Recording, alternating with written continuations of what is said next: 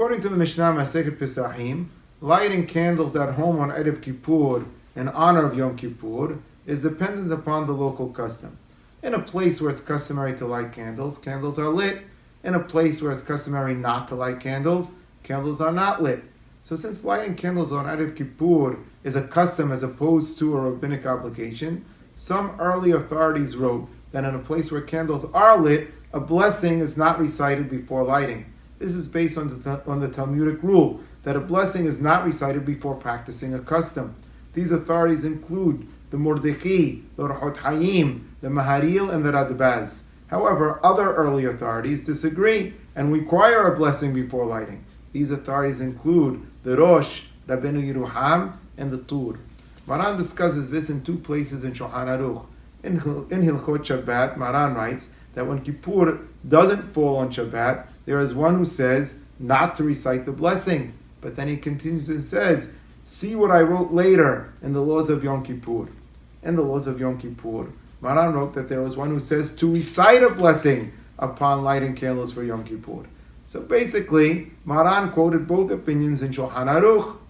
The Shulchan Gabo understood Maran as meaning that the blessing should not be recited, but Acham Odia Yosef disagreed and understood Maran as meaning that the blessing should be recited. There are later authorities who consider the disagreement about whether or not a blessing is recited before lighting the candles for Kippur as creating a doubt, and they apply the rule of Safek Berachot Lehakel. When there's a doubt about whether or not a blessing should be recited, we are lenient and do not recite the blessing.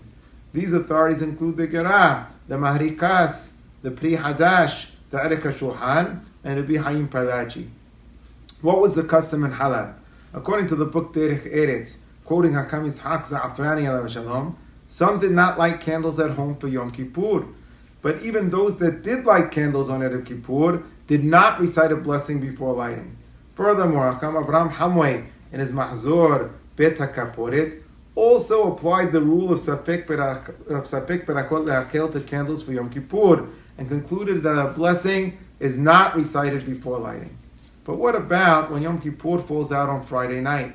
In that case, should a blessing be recited before lighting because it's Shabbat? Again, even when Kippur falls on Friday night, there is a difference of opinion among the authorities regarding reciting the blessing.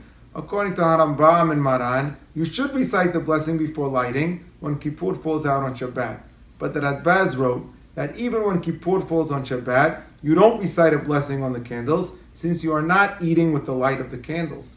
Based on this consideration, Hakam Abraham Hamway concluded that even when Kippur falls on Shabbat, a blessing is not recited, as there is still a disagreement regarding the blessing, and the rule of Safek Berachot Lehakel still applies. Likewise, our community Sidur, Kol Yaakov, also plainly states that the custom of Aram Soba is not to recite a blessing before lighting candles for Yom Kippur, without differentiating whether Kippur falls out on Friday night or a weeknight, which is consistent with what was written by Hakam Abraham Hamway. So when we light candles for Kippur, we do not recite a blessing, even when Yom Kippur falls on Friday night.